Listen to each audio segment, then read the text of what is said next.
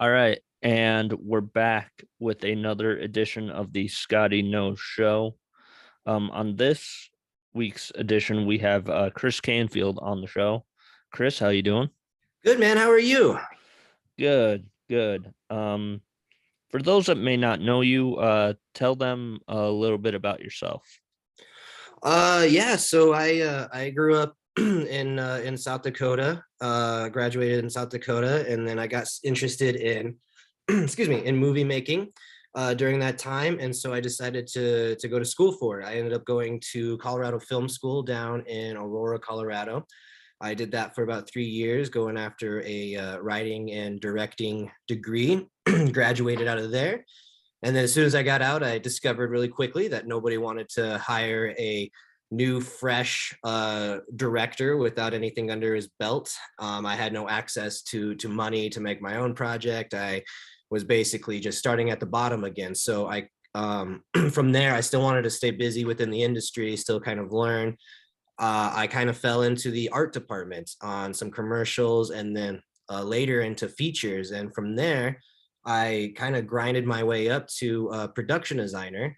And then I stayed in that realm for a little bit. I've production design, I've done prop master, and I was able to, it was like a second film school. I was able to learn from there, work on different projects, work with different people, work with different problems, how be creative in different ways. And I kind of took that knowledge and put it into what I truly wanted to do, which was to direct my own movie. And after a few years of working in the art department, I was like, I really, really want to do my own. So I just put my head down and decided this is what I wanted to do. And this was like my third script I wrote, and it was one that actually came to fruition. It's called Blackwood, and it took me about altogether from the point I started writing it to where we're talking right now, we're almost pushing 3 years. And so it's been a journey. COVID didn't help, that's for sure. No, no. Of course, Blackwood, I believe, is premiering on July 22nd at the Elks Theater in Rapid City, correct? Correct. It's also showing at for South Dakota locals, it's showing at the Elks Theater in Rapid City, and it's showing at the State Theater in Sioux Falls. Oh, okay. Yeah, and that's and just it's going to have like a more of a nationwide release. It's so altogether there's 13 different theaters, ranging from LA to Phoenix to Cleveland, Ohio, Kansas City. So we get a little spread across America, which is pretty great. So, but it all comes Okay. out July 22nd, and I believe all of them will be showing for 1 week. So it'd be July 22nd through the 28th that you can catch up. Okay. What's kind of that process of getting a movie into a theater like?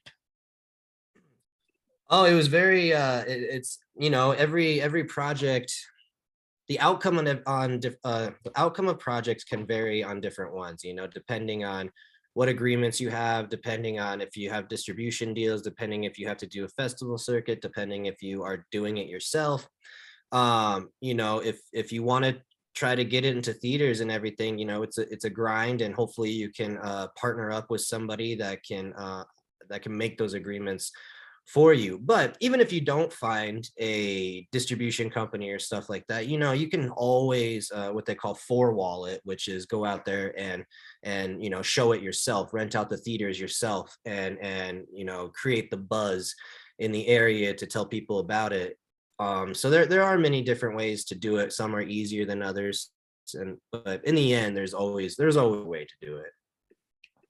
Um, now that we're kind of getting nearer and nearer to the premiere date, how are you feeling? I a bag of nerves is pretty good one because I've been working on it for so long. But no, in the end, I'm actually pretty stoked to finally get it out there. We put a lot of work into this, and I personally feel that there is something deeper about this movie. Like on the surface, it might just seem like a creature feature, or in some aspects, or just a boring Western in some aspects, but there's a lot more depth to it. And I'm really excited to show people that, the one thing that I wanted to try to do when I made this movie was the people that like Western movies that don't technically like horror movies will like the horror aspect side of it as well as the Western side of it, and then vice versa with the horror people who don't usually like Westerns. I was hoping to have them like the Western side of it as well as the horror side. So I wanted to kind of blend the two genres and the two, what people like kind of together and have it be like this nice marriage. And I feel like we did that pretty well, at least me personally. But I'm super excited to finally have it done, coming out, and thankfully in some theaters too, so we can see everything on the big screen. So I don't know, I'm elated. I'm super excited for it. So What was the inspiration behind this movie? Well, when I finally told myself that I need to do my own project, I thought about what I could do with what I had access to, the amount of money I had. So originally, this started off as an image in my head, and it was of an old outhouse in the middle of the woods with claw marks all over it. There was a door was slightly open, and inside you saw like a toilet that had like a large hole, like some claw marks in the toilet. That was an image that just popped in my head, and I didn't know what this was. I just had this. So I kind of started writing a story based around that, but then I realized it was going too campy, too cheesy a little bit. And I love those movies. I love those types of movies. And I realized I asked myself, like, is this what I want to do for my first one? Yes, I could do this for really, really cheap, but do I want to try to push myself a little bit more? So I went back and did a little bit more research and found out that I think I really wanted to make a Western because I grew up in Wyoming, South Dakota. So my parents were ranchers. So I kind of grew up in that world already. And I had access to horses, period correct saddles, period correct wardrobe and everything like that. And I was like, why not? Why not make this a Western piece? And then I found stories of the Wendigo. I found different variations of the story of the Wendigo, and I found one that actually dealt more with like the Native American lore instead of kind of your modern day Wendigo stories, whereas more grounded into that culture. And I kind of took that and I didn't change a lot of that lore itself, but I kind of morphed it into the locations that I had that I had access to, and kind of wrote the story around that. So it started off with an idea, and then it just kind of grew from there. And then people started jumping on, crew, actors, and brought in their own touches and creative input, and then it turned out to what it is now. Now, when I think of the Wendigo, my first thought is the TV show Supernatural. Oh yeah. Yeah. How is your Wendigo different? Well, there's different variations of the Wendigo. There's different variations of the story. The one story that I found dealt with a warrior who was asked to. Okay, let me back up. So there was this a village, and they had enemies that kept attacking them, and they were losing numbers. They were losing people, being killed and everything. So this medicine man approached his strongest warrior and asked him for his help. Like, we need help to defend against these enemies. So the warrior went and sought out the devil, and the devil made him a deal saying, I will help you defeat your enemies, but in turn you basically have to give me your soul in the end, so to speak. And the warrior agreed, and the devil turned him into this creature, basically the Wendigo, which had immense strength. It was large. It would eat people. It would had the hunger of eating people. The warrior returned back to his village. When the enemies came, he would fight them off. He would win. He would kill all the enemies, and then after a while the enemies stopped coming. So once the enemies stopped coming, he tried to return back to his family, but he was still as the creature, as the Wendigo. But he still had that heart. He still had that longing to go back to his family. So as he's trying to go back to his family, they're now all scared of him. They don't like what he's become, even though he's defended them. they don't want him around, so they banish him. They make him an outcast. So now this warrior who helped defend his village is now not wanted anymore. And I thought there's a lot of human depth into that, doing what you think is the right thing, but in the end people think it's, what you did was wrong. And that's something, even with the other characters, I try to put that much depth into them as well. And I think maybe that's a difference between Supernatural and this one. This one is more humanistic kind of Wendigo, so it's not like your 8-foot tall Wendigo and stuff like that, even though we would have loved to do that. We had a certain budget that we had to deal with and everything, and I think because of our restrictions, we created something a little bit different than your typical Wendigos that you see out there, and it feels more grounded to the Native American lore that I got inspiration from. How important is it for a movie like this to kind of have that air of authenticity? For this one, I think it's great because it can ground you into that idea that this, this could happen. This did happen. And I, having been working in the art department all these years, you kind of learn that you love to have that authenticity. You love to have that little detail. And if you have access to it, why not? And plus it makes it seem like it's more production value. It's more, people who know will really appreciate it, like the people who know that these are saddles from the 1870s, people who know that this is, a certain wardrobe or weapon from this time period, the little things like that, because in the end, movies are supposed to be entertainment and fun. And, not every movie is for everyone, but if you do it correctly, there's at least little nuggets that I feel like people can pick out and be like, yes, they got that right. That's good, at least. And they can get behind that. But as far as like what I felt like why I wanted to be authentic, besides the art side of it, is I wanted to try to be true as much as I could to the time period, and like I said, I had the access to, so why not? Talking about horror movies, one thing that I kind of love about horror movies, and a lot of times now it feels like you see it less and less. Are you using practical effects in this? Yeah, there is the only thing that we really put CGI in was the bullets in the chamber, because we actually didn't have dummy rounds to put into the chamber, because so there's like a 6-shooter and you're looking right down the barrel and you can see the bullets in the thing right here. So there's a couple shots like that we added CG in because we just didn't have the bullets in there, which is fine.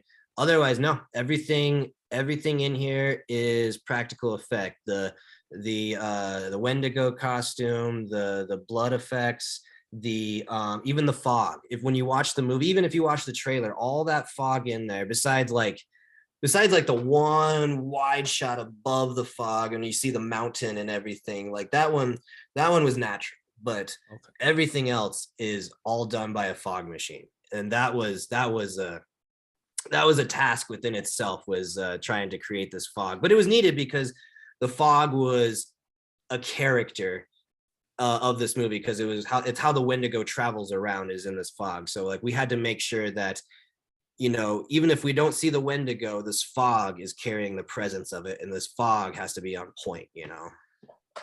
How was it working with the actors from a director standpoint, as opposed to like other aspects that you've worked on? These actors that I had for this one, I almost felt like I didn't deserve them, because they brought their A game. They were very welcoming to me, that I hadn't directed a movie before. Excuse me. And there was a couple of them that this was their first movie. Otherwise, the other ones have been acting for a while.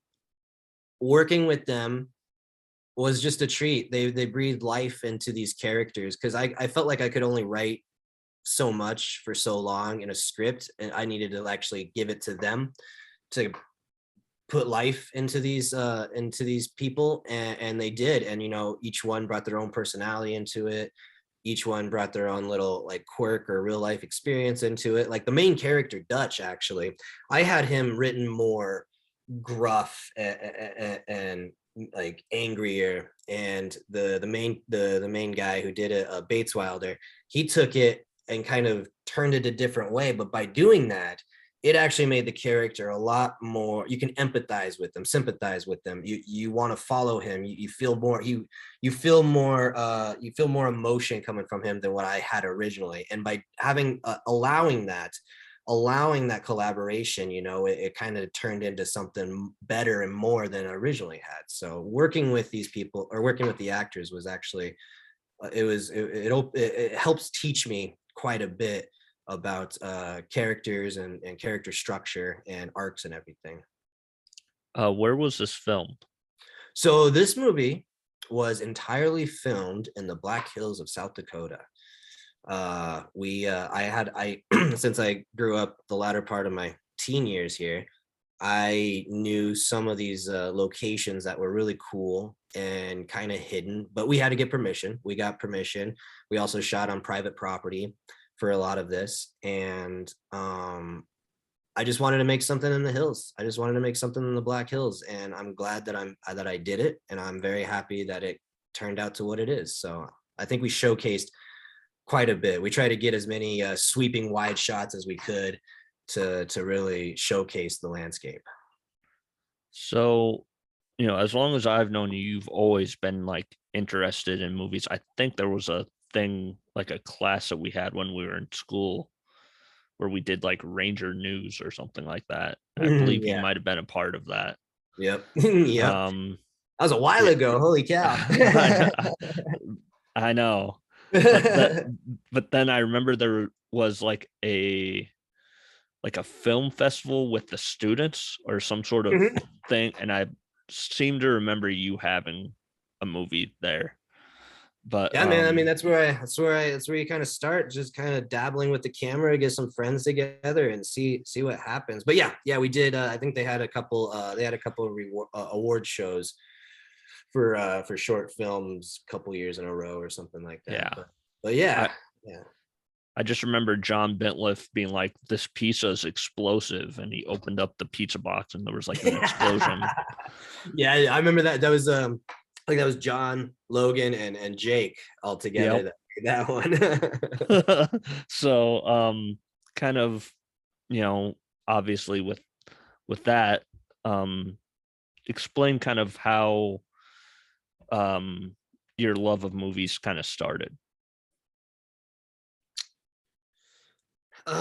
It started back when I was living in Wyoming, living on a ranch, and I was an only child. And as you work on a ranch, you just that's all you work quite a bit. And I think as I used it as kind of a little bit of an escapism. Not to say that where I grew up and how I grew up was a bad thing. You just sometimes need something different. We never went to we went to town to go grocery shopping. That was about it. So like movies were kind of a way to see different parts of the world without even really leaving, and originally when I started when I was getting into movies, I was really into seeing like the travel aspect, the different locations that I didn't know really existed on this planet. And so it was kind of opening my eyes. So I fell in love with that. That was the germ that kind of grew from there. And I decided in high school that I wanted to kind of learn more about that. I actually got an acting scholarship for the state of South Dakota in high school. Yeah, because Really? I did the plays and stuff. So I got a scholarship, but I turned it down because I wanted to know more about the business itself, or what it meant to actually I wanted to make movies. And I was like, if I want to act, I can just, jump in front of the camera, my own stuff. But I wanted to learn more about it. And so that's why I ended up going to CFS. So I think it started, as I was a child, just falling in love with certain movies. Back in the day where we had VHSs, just popping in whatever my parents had for VHSs. And most of them were action movies. So I think that's where my love of action movies comes in. Not a lot of horror movies, oddly enough, but a lot of action movies, a lot of westerns, Okay. and started there. And then I think I got a little bit more interest in high school. Then I met Jake Songstead and Scott Schulte, and we had similar interests, and we decided to go to film school together. And from there, just kind of discovered what I wanted to do and what I loved. And yeah. What are some of your favorite movies? Oh man, depends on the day, depends on the year. How about like the very first one that I remember watching where I was like, I want to do this. I want to make something like this, or I think this would be great to do, was Escape from New York. Escape from New York was one that I fell in love with at the very beginning. And I think that's where my love for John Carpenter came from, even though it's not like his typical, not typical, but it's not like his other movies, like his horror-esque movies. This one was more of an action movie, and I fell in love with that one just because it just showed me you can do a lot of stuff. You created like a dystopian world. You had this really cool badass good guy. That's where my love for the amazing Kurt Russell came in. And just that movie itself kind of it opened my eyes to want to try to learn more about what it is. Man, but I love everything from There Will Be Blood is one of my favorite ones. And then it's kind of, there's Spielberg movies or Scorsese movies that I love. And the cool, and that's what's really hard about that question is there are movies that I love for certain things, and there's movies that I like for just, what it is. And I guess it just kind of depends on how it hits you at that moment, how it hits me at that moment, but I more can tell you who my favorite directors are than like my favorite movies. Oh, But yeah. I love John Carpenter is the top one. Then of course Scorsese, Tarantino, Spielberg. Those are my top guys that I really look up to and study and try to. And oddly enough, there is one director that people might not understand why, but I actually watched all of his movies. I think he only has like 3 or 4. And I studied his movies because I enjoyed the way that he told stories. I enjoyed the way that he brought his characters and made them larger than life, but also really grounded to reality. And that is Mel Gibson. I studied Mel Gibson movies, Apocalypto, Braveheart, Passion of the Christ, Hacksaw Ridge.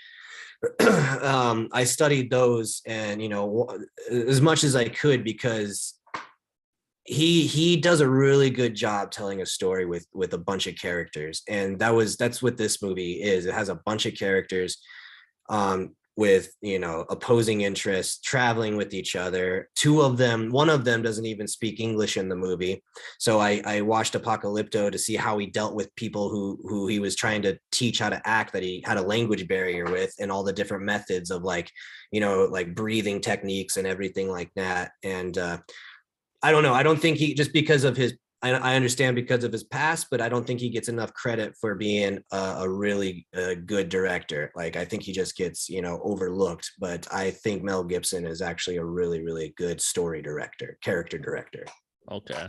When you said, what, the thing where, a lot of people don't, my first thought was, oh no, is he going to say Lars von Trier? But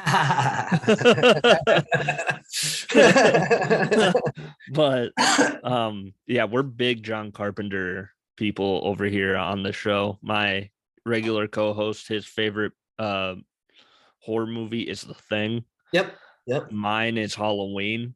Yep. So, which I love Halloween because it's like, it's supposed to be set, I think Haddonfield, I think, is in Illinois. Yep. And the movie was filmed in Pasadena, California. Yep. Exactly. Movie magic there for you. It's funny you brought up The Thing, because looking right over here, we have the Thing board game actually set up right now that we played last night, and it's crazy. It's pretty fun though. Oh wow. Okay. Um, So yeah, I love the thing. Like the thing is probably like the second below Escape from New York. Just Escape from New York is top for me because that was like one that has just opened my eyes. And I saw it before the thing, So okay. yeah. Um, what's kind of the big difference between directing features and directing shorts? The amount of time that you're working on them for one, the amount of I guess it depends on the short, but with the shorts that I have done, it definitely is, shorts are a lot more controlled, a lot less days, a lot less people for, you have less people for a less amount of time. Um, and because of that is less headaches and everything. Features are more just shorts just blown up, to scale. I think I don't know, but I don't want to discredit shorts either because shorts are a good opportunity to test certain things out if you want to test certain things out, to have fun or try something new. I mean, there is a stigma out there that people say, don't make a short. If you're going to make a short, just go ahead and make a feature. I understand that, but at the same time, I feel like you still need to try something. Like you can't just like go out for the first time and draw an amazing photo or draw an amazing picture. You have to start with something first and figure out how certain things work before you understand the whole concept of it. So it's different just in the way that it becomes a lot larger, becomes a lot more, and you just got to have you start learning your managing skills pretty fast the more people you start bringing on. So back to Blackwood. Yeah. Obviously we're going, it's going to be in theaters. Have you started thinking about distributing it to like home movie or streaming services or Yeah, Blu-ray? man. So I can tell you right now. So we have so July 22nd is when the movie, or when it comes out on theaters, 13 different theaters, and then we actually have a list. I have a list I'll bring up right now of the platforms that it's going to come on. Do you want me to list the platforms? Yeah, go ahead. Okay. So the order it's going to come out. So July 22nd is the theater release in the 13 different theaters. The 26th, the July 26th is when it's going to be available for video on demand and streaming, you can call it. And so what we got, so July 26th, we have for the cable side, we have Xfinity, DirecTV, AT&T, Cox, Charter / Time Warner, Verizon, Frontier, which I want to say is Frontier Airlines. So we'll see. Interesting. And then for digital, we have Apple TV, iTunes, Prime Video, Vudu, Google Play or YouTube Movies, whatever one, Microsoft Movies, and Redbox On Demand is what we have so far. And that's July 26th. You can find it on either one of those, I guess. So I guess I don't know if it's for rent or to buy. Hopefully it's to buy. So Yeah. So you're the director. There's several different kind of um parts of a crew that are also kind of important. Um, what's the responsibilities of a second unit or assistant director exactly? well, we can do the assistant director first. The assistant director is basically so I kind of see it as I see it as a ship whenever you're making a movie, and the producers, executive producers, are making sure that ship gets built and you get the proper crew to sail off on your voyage. When you're on the ship, the director is the captain of the ship and telling telling you the direction they want to go, what they want to see, what they want to do, and everything like that. The assistant director is the one carrying out that vision of the captain and making sure everybody arrives on time on set. Everybody knows what we're doing, like talks about safety, scheduling, making sure that we get all of our shots that we need for the day done, having to wrangle the actors. There's different levels of assistant director as well. and that kind of help out the first assistant director. But basically, they're the ones trying to make sure that this all happens, and they're usually under the pressure of, you know, the director, the producers, and there's also like a lot of restrictions that come with it, like weather, you know, people just being people, if they're just being cranky or don't want to work, so they got to try to figure out how to work with that. They have a lot of responsibility, and you know, I've worked with many different assistant directors over the years, and I have a lot of respect for them because that's a ton of work that they have to do for it. Then for second unit is basically, you know, you have your main part with everybody shooting. Second units, if you're going off and you want to shoot like B-roll stuff of like woods or landscapes, or maybe you can have somebody dressed up like one of your main characters, but you don't see their face, so you're just going out there and getting shots of them running, you know, and stuff like that. So that's kind of considered second unit, getting other shots that don't necessarily need everybody from the main crew, you know. Okay. They can kind of, it's like a splinter unit where they can run off and get some stuff real quick. And then there's the director of photography. What Director of photography, yep, he's the one who talks with the director, figures out the shot, you know, the color palette, how they want things to look, you know. But the DOP is also talking with all the other departments, lighting, wardrobe, art department, stuff like that, because once you all come together and decide, you know, this is the story we want to tell, even for the colors and everything like that,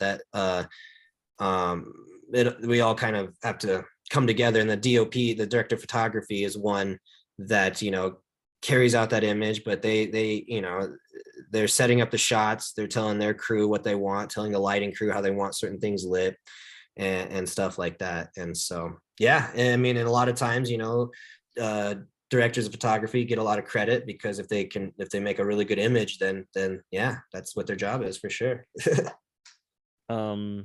You know, most of your credits, but by the way, shout out to you for having an IMDb page. That makes you look so much cooler than me. Most of your credits are as a production designer, it looked like. Yep. What exactly does a production designer do?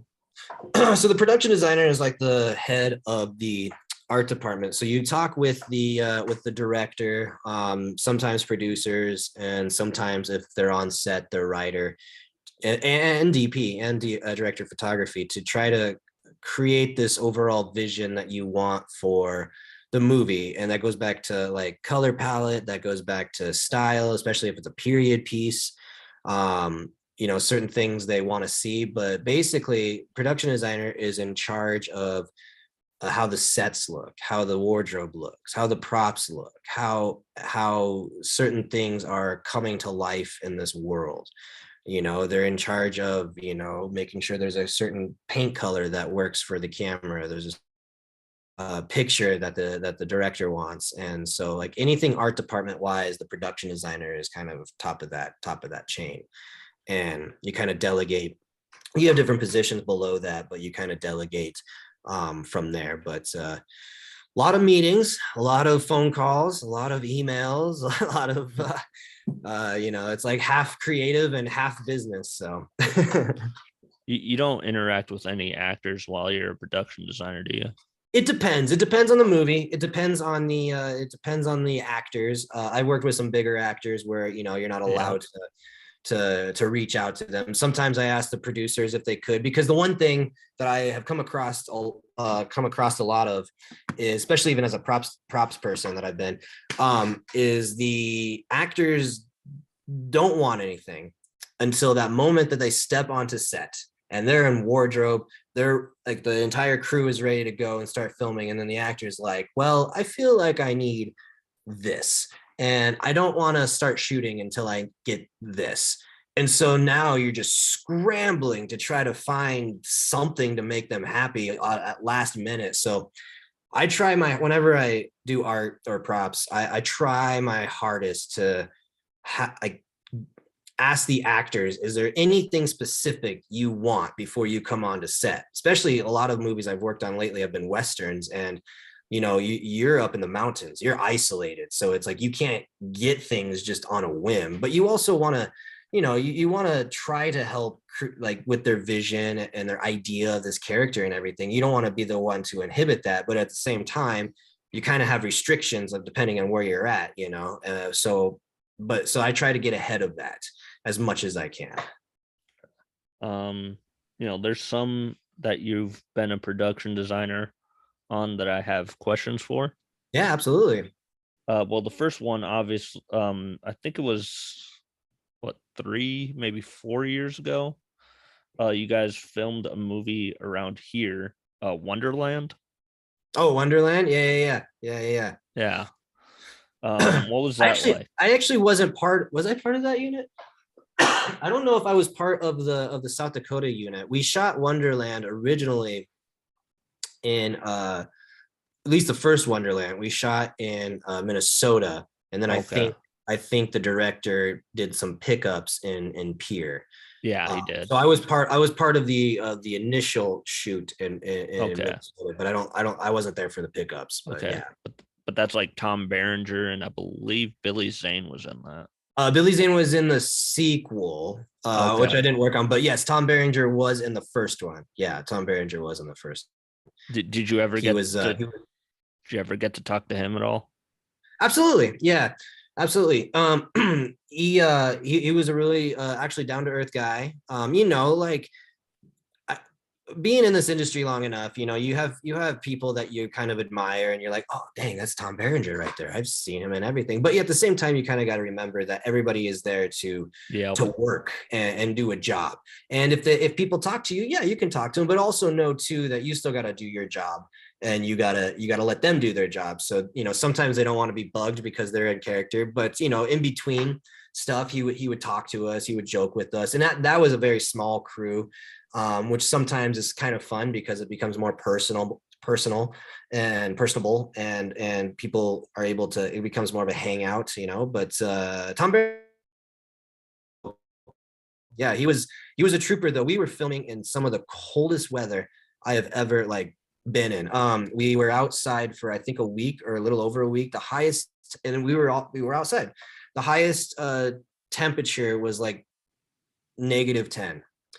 It was, the wind chill was excruciating. We had like a fire to keep us warm. We were shooting inside buildings that had no heat. We had like a little propane heater thing that couldn't stay alive because it just kept freezing. And so it was one of those situations where you're just like waiting for it. You're like, okay, this guy's gonna blow up. This guy's gonna get angry because it's not it's not your cush Hollywood production, And I was shocked. I was very impressed on how well he took it, and he was a trooper. So no, Tom Berenger was cool. He was a cool guy. And then Tater Tot and Patton. Yep. Yep. That one we shot him here. Yeah. Yeah, that one's like big locally. I feel like a lot of people know or remember it, or they had family that was on like in part of the crew. I know my guy Dr. Rob loves that. Yeah. Dr. Rob. I think so. Yeah. Doc Rob. Yeah. But yeah, how was that movie to make? That was probably one of my top favorite ones to work on. Most reason because it was a lot of my friends that I've worked with over the years, especially the director. Like him and I became really good friends prior to that, and it was a lot of fun to work on that one. Again, it was very small, a lot personable, and the main location that we had was this house, and that was fun from a art stance because I production designed that one, because the house was empty. So if you watch the movie, everything you see in that house, that's what we brought in. Even the refrigerator, the dishes, like the clothing in the closets, the beds, there was nothing there. And that was fun because we were able to, start from the bottom and create who these characters were. And talking with the director, talking with the DP, talking with some of the actors, we were able to create this world, this little bubble. And I found that really, really enjoyable. And it was just a fun time. It was just, like, it's kind of a serious, in bits, it gets serious, but overall, it was a really good time. It was like one of my top favorite ones. Um, and the last one that I have, and when I look up things on IMDb, I don't know exactly what your role necessarily was Mhm. for this one, but The Last Son. Yeah, The Last Son, man. Excuse me. The Last Son was a Western that we did up in Montana. Was it last year? I don't know. It was right after COVID. So 2020. Yeah, the fall of 2020, I think, is when it happened. And we were up in Montana. We were at this place called the Marlboro Ranch, which is actually where they have, they sold it since, but basically for Marlboro smokers, they would have this like sweepstakes. And if you won this sweepstake, you would be invited to this like old West town, and they would house you, they would feed you, they would take you on, horseback rides and everything like that. So we were actually the first movie to shoot in this town. And it actually, the series that just came out, 1883, I haven't watched it yet, but there's a town in there. I don't know if it's the main town or if it's a town that they travel through, but that Marlboro Ranch is also in that show as well. But that was up in Montana, and that was really, really beautiful. And that one was that one was probably the most challenging as far as production designing, because there were a lot of sets to do. Even though it was an old West town, like all the interior stuff still had to be made and done. And it was an adventure for sure. There was like a bear, like a black bear, always roaming the town. So like the groundskeeper had to like keep shooting it. Like he didn't shoot it, but he kept shooting it off, and scaring it. So like sometimes they'd be like, "Nobody go out here right now. That bear's running around." I'm like, "Oh, okay," but that was just constant up in Montana. There's just bears, black bears running everywhere. Oh, and then it snowed a lot. Like, it snowed a ton while we were up there, but it wasn't as cold as Minnesota, I can tell you that much. Yeah, there's a lot of great actors in that movie. Yeah. Sam Worthington, Thomas Jane, Heather Graham, and then there's Machine Gun Kelly.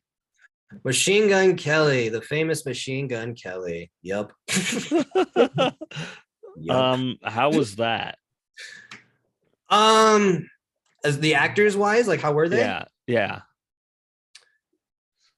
The one that was like most open and friendly to everybody was Thomas Jane. Heather Graham was a doll. She was a sweetheart. She was a sweetheart. She was super, super nice. She would just sit on set behind the camera and just chat with everybody. So she was super sweet. Sam Worthington, I think Sam Worthington was on another planet when he made this movie, because he was not connected to reality. And if you watch that movie, you can kind of see that he doesn't know. I don't know, man. He was scary looking. He was not approachable. He was unapproachable. Was he still in Avatar mode? I don't know, man. I don't know what he was in. He was in some kind of crazy mode. I don't know. But hey, if that's his process, that's his process. I can't say anything against it. And it was just he had his huge beard, and long hair and everything, and you couldn't tell who he was really, and and then MGK, man, MGK.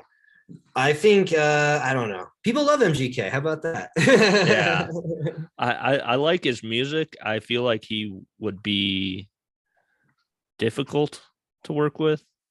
He had his moments. Oh man, I'm gonna get hurt. Anyway, I feel my best way to describe working with him on that movie was he became kind of a brat. He became a brat, and especially when Megan Fox showed up. She showed up for a day a few days on set. It got worse. It got even worse. And there was one night where it was super cold. Our lanterns were freezing. That's where we learned not to use lamp oil. When it gets to a certain temperature, you have to use like a kerosene or something stronger or something more than a lamp oil, because lamp oil just freezes. So we're like standing by trying to keep these lamps going while we're waiting for him.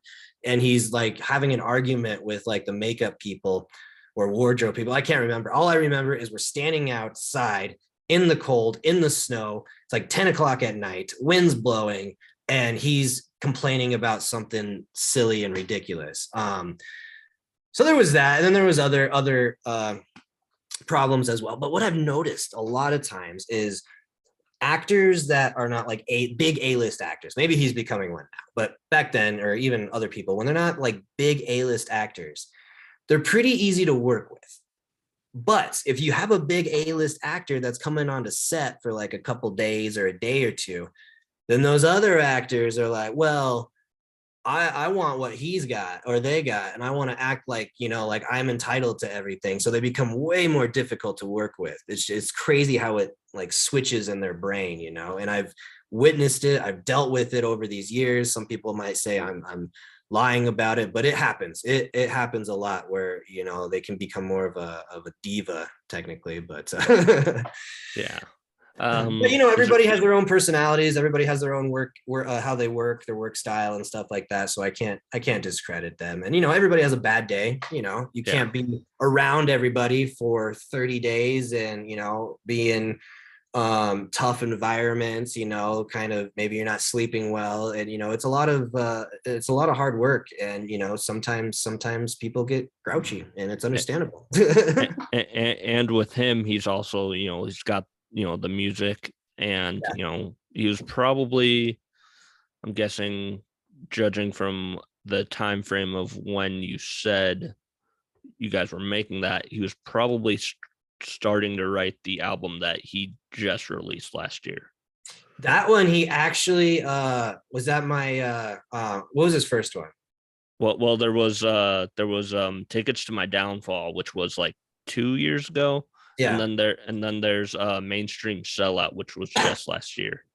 Excuse me. Mainstream Sellout, I think he just had finished because he was giving CDs out to the crew. Oh, so I don't know if it had been, I don't even think it had been released yet. And I think I think he was starting to get the word out.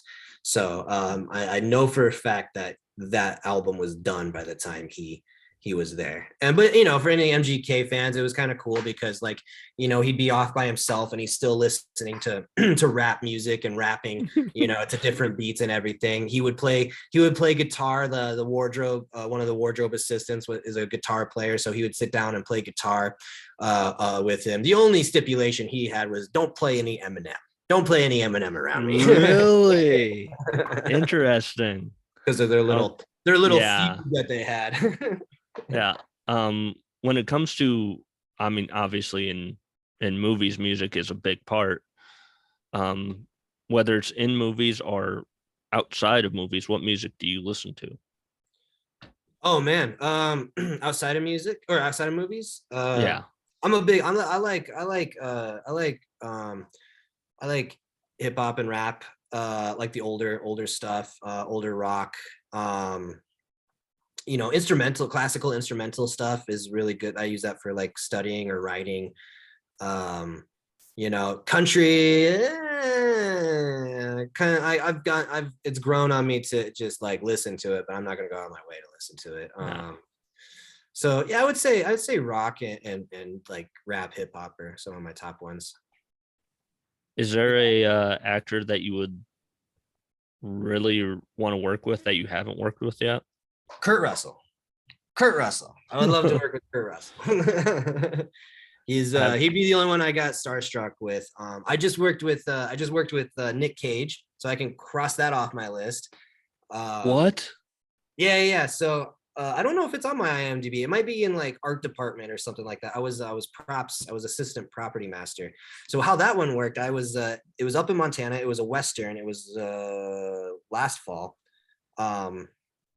And I was driving up there. I was actually doing the sound mixing for Blackwood in LA, and I got this call like, we need you up here now. I'm like, well, I'm going to be up there the day before you start shooting. So if you want me, I'll come up, but I can't come up sooner. They're like, fine, come up, come up. So I fly back from LA to Denver. I get in the car from Denver, start driving up to Montana. I stop for the night. And I get a call saying, hey, so the prop master, and I was hired as assistant props, the prop master got COVID. So you get to take over on set. I was like, what? Oh my God. And I didn't even have a chance to really break down the script. I didn't, I read it and then I was listening it to in my car on a certain device. And when they told me that, I was like, uh-oh. So the next day I got up there around like 2 p.m. I saw the prop master, but through like a window of his cabin. Is like this tiny little window, just big enough for a head. And he told me to back up the prop truck to that window. And so I did. I opened up the back and he's literally trying to explain everything to me through like a screen window of where stuff is. So all in all, I had about 8 hours to download all the information I needed for the next day. And then the next day I'm on set and like, shit, there's Nick Cage right there. And he wants a prop. I'm like, hopefully this works. Wow. But actually, Nick Cage was pretty, I walked away with more respect for him because he didn't phone anything in that I saw. He actually tried to put a lot in the character. You know, sometimes the actors want to do something, but the director's like, no, I don't want that. You know, it's just part of the process. But in the end, he was very serious about his job. He would joke around. He would, but you know, if there's moments where he was just off by himself, you leave him alone. But he was not unapproachable, especially if you needed to ask him a question. But all in all, no, I was actually very happy to know that he truly loves the art. He is a movie maker. He loves characters. He loves story. He loves all of that. Even though if you watch his last few movies, you might think he's not good or he phones it in, but like I think he always tries something new, and that's what makes I it think the refreshing. exact opposite. You don't like him? No. I don't think he phones it in at all. Have you seen Yeah. Pig? Oh yeah, I've seen Pig. Yeah, absolutely. Yeah. Oh my God. Yeah. Yeah. Or Yep. Mandy, Oh, like Mandy for sure, man. Color Out Absolutely. of Space. Like, oh Yep. my God. Yeah, The he well, man, he's getting his footing back in kind of these surrealistic movies, which is kind of cool, you know. yeah. Or what was like that Five Nights at Freddy's thing? Willy's Wonderland I or know something what you're like that. talking about. Was it I know Willy's what you're talking. Wonderland? Willy, I forget what it was. Something like that. No, but he's I enjoy the path that he's going on right now. And he has, I think next year he'll have 2 Westerns coming out too. So now he's got that under his belt. So Yeah. no, he was cool, man. Um, He was cool. it seems like we've got like 3 more questions here. No worries. Actually maybe 4.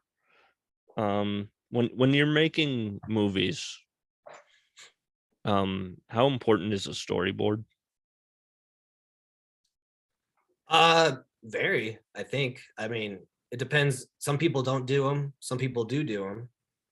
I think if you want to be efficient and on time on your shots and your how you want to tell the story, storyboards are really important because they also help with how the scenes are going to flow with each other, or even the shots how they're going to flow with each other. So it's like it's a really good visualization a previs prior to actually making the movie. And I feel like if you're really serious about making movies, I think storyboards are essential to having those done, thought out, and ready to go for when you start filming. And you know, they'll change. Sometimes shots change because different reasons. You know, you might have to change it up a little bit, but at least you can see how the movie's going to progress, how the shots are going to go in with each other, how the scenes are going to go in with each other, the flow, the pacing, and everything like that. So there's a lot of benefit by having a storyboard, you know, before you start shooting. So Spielberg's big on them. I've watched the Jurassic Park, you know, for like the 5 movies that are out, and I was watching the special features, which I have no idea why I watch special features, but I do. Hey man, they're And fun. They're educational. oh yeah, and he's just talking about all these different storyboard ideas. And there was one time when they were making Jurassic Park that they're in Hawaii and there was a hurricane while they were making the movie. Oh, Dang. yeah. Yeah, man. Sometimes that stuff happens, or a giant snowstorm comes, or and then like the movies I've worked on, you kind of just got to go with it. You don't have the luxury of waiting it out or anything like that. You kind of just like, oh, well, we had a summer movie. Now it snowed. Now, how are we going to write this into the movie now? Because we got to film, you know? Yeah.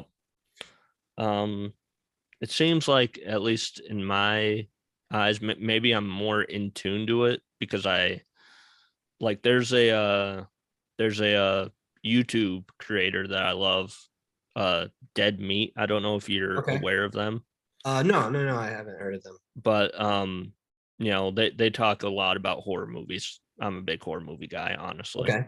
Okay. And seems like between them talking about it and like Watch Mojo and all these other YouTube channels talking about it, seems like there's a rise of like an independent film, kind of like a rise in independent filmmaking.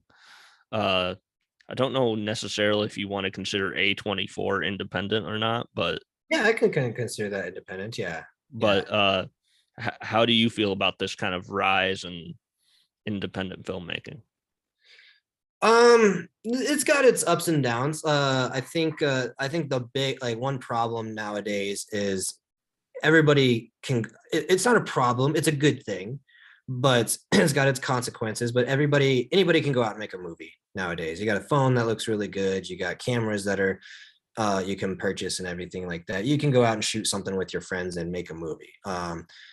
And because of that, I feel like the business has become really oversaturated, and it's kind of lost the artful meaning. Like there's not all movies are, you know, there's are some art created movies out there that are true to the cinematic experience of what it is to make a movie. But some of these companies just realize that this is a business money making machine, and we're just going to churn out as much as we can. And because of that, there's a lot of I just feel like it's losing its cinematic appeal anymore, and it's unfortunate. But the good thing is people are able to do this. They don't they don't have to rely on the big studios. They don't have to move to LA to make a movie. They don't have to have millions of dollars to make a good story. They have an opportunity to tell a story, and if they get a little bit of money behind it, you know, they can tell a decent story, or a story with a decent production value. But it is a good thing that the independent world is kind of branching out from the studios. It gives more freedom. It gives more of an opportunity, more voices within the community to express stories, characters, whatever they want to say.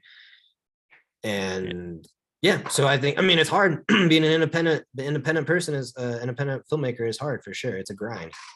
Yeah, it used to, like, you talked earlier about Scorsese and all that. I feel like the next class with like Robert Eggers, I really love Yep. Robert Eggers. Yeah, dude. He with Northman, right? And The Witch. Yeah. And yeah, he actually started off as a production designer in the art department. Well, there you go. And so like you can see that in his movies. Like he has that style and art and everything. And I'm sure I'll get people won't like me.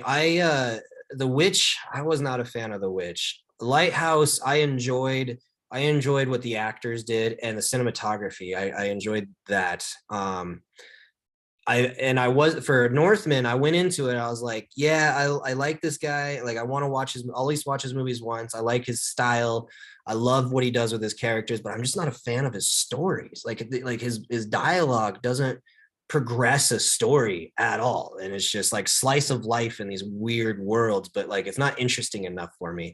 But when I watched the Northman, I was very surprised because he actually progressed the story with his dialogue, and he kept the story moving, and he had a cool style to it. And I don't know, I think that one was his best one personally. Yeah. I think that the last one was his best one. It was pretty cool. And I'm always like, you want to talk about people that haven't made too many films as far as like directing and things of that nature are concerned. I think he's only made 2, but I'm very intrigued as to what Ari Aster is going to do next. Yeah. Yeah, that's, I mean, that's kind of a fear of mine, and these guys are doing it really well. Ari and Robert, they're doing it very, very well. But what kind of gets scary, it feels like, after a while, especially now since it's a machine, like if something works, you just want to keep pumping out something similar or something in that realm over and over and over again. But it's like, how do you not get like pigeonholed into a certain genre? You know, because after a while, it's like when Kevin Smith decided to do a horror movie, everybody's like, what is this garbage? No, be a comedian, you know, or do your comedy. So it's like that's kind of the fear. It's of for me, it's like, I love horror and I want to keep making more, but I feel like you can only do so much before it all kind of starts going downhill a little bit. You gotta broaden your horizons, try new things, you know. And so like my hats are off to them. My hat is off to both Robert and Ari for being able to navigate that so far and make it not seem like the same thing over and over and over again. I personally feel like Jordan Peele is kind of going down that road right now. Yeah. He's kind of going down that road since Get Out was such a huge hit. Us people liked, and now Nope. I'm just like, I don't know. Like, I feel like he's just playing on the fact that he's able to just do this now, and I don't know if it's going to make for a good movie, but we'll see. Hopefully, I'm surprised. You know, obviously you make movies, you watch movies, but I think everybody has at least 1 or 2 of these. Do you have any movie blind spots, like movies that you haven't seen that people would be surprised? Oh man, a ton. One that I don't know why, but one that always gets brought up is like an older one, Breakfast at Tiffany's. I've never seen Breakfast at Tiffany's. I literally have it right in front of me. Do you really? Yeah, I do. See? I'm a big Audrey Hepburn guy. Yeah, and I actually don't know if I ever seen an Audrey Hepburn movie. I need to though. I need to go down that route. I really do. Roman Holiday, I would suggest never it. never seen that one. I know which ones I'm missing for sure. I gotta watch them. But there's those ones. Oh man, as far as classics, that one's tough because there are. It's just hard to kind of sift through what I haven't seen right now. But there are some that I haven't, like, especially of lately. I haven't had a chance to like really keep up on like a lot of the bigger stuff lately. It's weird because it seems like working in the movie industry, like it seems like watching movies kind of declines, or TV shows kind of declines, for at least the amount of that you watch. Like you might have a show that you go back to, or you might have a movie that you watch every now and then, but you don't like watch it a lot anymore, you know? You know, the interesting you say that, because the same kind of thing happens with sports. Okay. You know, working in sports, you know, I didn't even ask you about Under the Stadium Lights, did I? No, you didn't know. Oh, we can go back to that. Yeah, we can get back to that. But you know, when you work in sports, you know, you like, I just got done running clock for a baseball game. Okay. When I get home, last thing I want to see is baseball. Yeah. Yep. So exactly.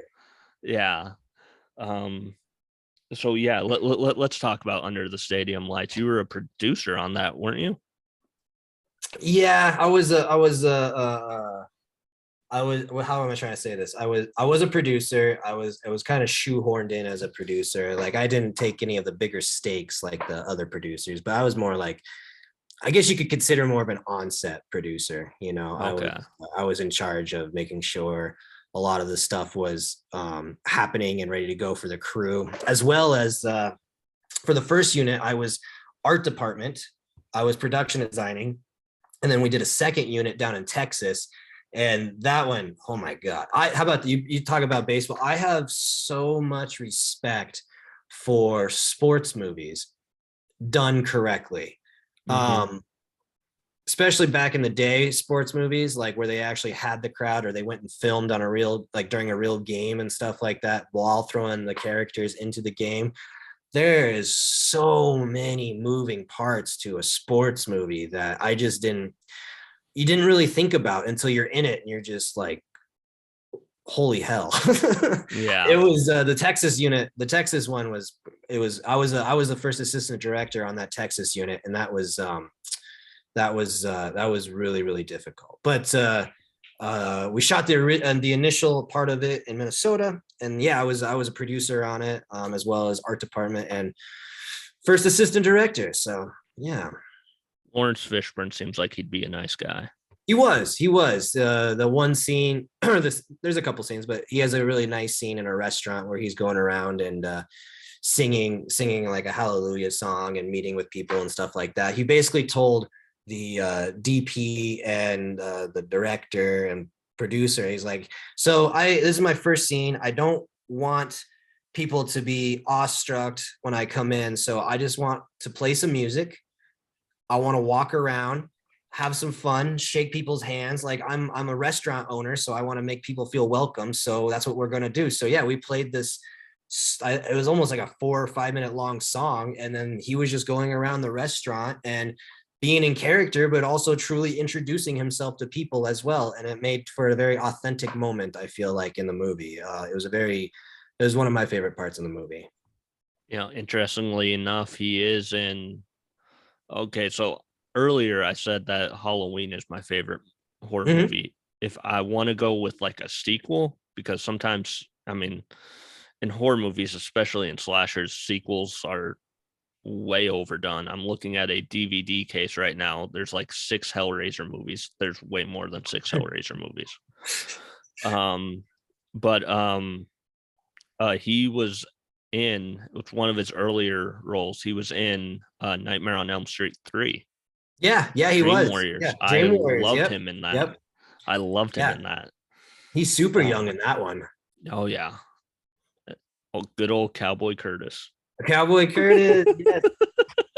Yes, Cowboy Curtis. It's so Um, funny to go back and like see him in that. You're just I like, know. he looks Uh, goofy, but hey, you got to start somewhere. the last question, and this is something that I go in and out of love with. How do you feel about Rotten Tomatoes? Like as like the website or like their rating Yes. system or Yeah. Well, the yes. oof, that's a tough one, man. I guess me personally, when Rotten Tomatoes was first coming out with their certified fresh stuff, I was following that because a lot of their certified fresh I was actually really enjoying. They still have some of those. I feel like now it's kind of become more, I don't know, it's like who you know within the business and like how they rate you and stuff like that. But it's honestly those types of ratings or those types of sites ratings and stuff like that, that's really hard for me because I'm really open to a lot more things than other people are. Like I enjoy things in movies that people might not like, and because of that they give it a low rating, but then when I watch it I really like the movie. Like one that still sticks out to me that I just don't understand why it got such a poor rating is The Life of Walter Mitty. Like that one, I remember Really? them giving that kind of not a good rating. And when It's I a good watched it, I movie. was like, I love this movie. This is such a good movie. Like it's a feel good movie. Like it's a good journey, a good character arc, good. It's like it pumps you up to want to do something. Like it's the way like something like it's a movie. It's a movie. It's the way a movie should feel. But on the flip side, they gave it a poor rating. But I also have guilty pleasures like Congo. I love Congo. Like Waterworld. I love Waterworld. Like but when you look at what they rate them or what they give them, it's really low. But I put it up here because of certain reasons, and so it's really hard for me to judge and gauge off of that. I guess that's all I got for that. I don't know. Like, Yeah. well, how do you feel? I mean, like you said, a lot of times the critic score is what it is, and then the audience score kind of completely flips. Yeah. And I believe it's the most recent example that I've seen. I think Terminal List got like 42% critic score, but like 87% on audience score. Exactly. And I feel like the critics score, they're looking for certain things, and then audience members are maybe they're just happy enough that they're watching Chris Pratt, Yeah. That's actually I gotta bring this up. One of the characters, I haven't watched it yet. I don't know which character he is, but there's a actor that I've worked with, Hiram Murray. He's worked in a lot of like the director who did Wonderland. I've worked with him on other shoots like World War I over there, World War II one that we just did called Come Out Fighting that had Tyrese Gibson. So I've worked with this guy about 3 times now, and he's a really, really good guy. So it's awesome to see that he's getting in bigger stuff and being in the criminal list. So I'm very happy for him. Which Tyrese Gibson, don't get me started on him. Like he was okay. He was okay. Let's just say I'm glad he was only there for like 3 days or something. Okay. Like he's okay in the Fast and the Furious movies, but like I also am like, why are you writing him like such an idiot? Like, yeah, because that's what people like, gives people laughs, and people know him as that kind of thing. Yeah. Even in real life, he kind of has that personality. So I feel like a lot of that in Fast and the Furious is kind of a lot of him, Okay. From a little bit that I've been around him. What's crazy though is I have worked with Dolph Lundgren so much. Ooh. Dolph Lundgren has been like paying my rent for years now. Oh, good old Ivan Drago. Ivan Drago, man. Yeah. But Dolph's a pretty cool guy. Like I think 4 movies now I've worked with him on, and he's another guy. He's old, like he's been in the industry for so long. He actually truly cares about the movie. He directs himself, he edits himself, he understands the whole workings of the machine. He always tries to do his best that he can for a character and everything like that. And so he's another one that I actually, when you say it, it might be funny because of his action stuff, but like as far as just like professionalism, I have a lot of respect for him as well. Oh yeah. Well, all right. Thank you for coming on. Stay on for the post show. And do you have any last words? I mean, go see Blackwood. That's my last words. Yes, go see Blackwood. Go see Blackwood if you're in South Dakota. Go to the Elks Theater. Go to the State Theater in Sioux Falls. Both of them are showing starting July 22nd. For the times, you might have to go to the website to see what time they're showing. But super stoked to finally get it out and to show everybody. But if you can't make it to theaters, go on the 26th, look up some of the digital platforms, just type in Blackwood, one word. It's a Western, so if you see a poster that looks like a Western, that's what it is. It's a Western horror, Western thriller. Hopefully it's a roller coaster of a journey that it was for us, for you. So yeah.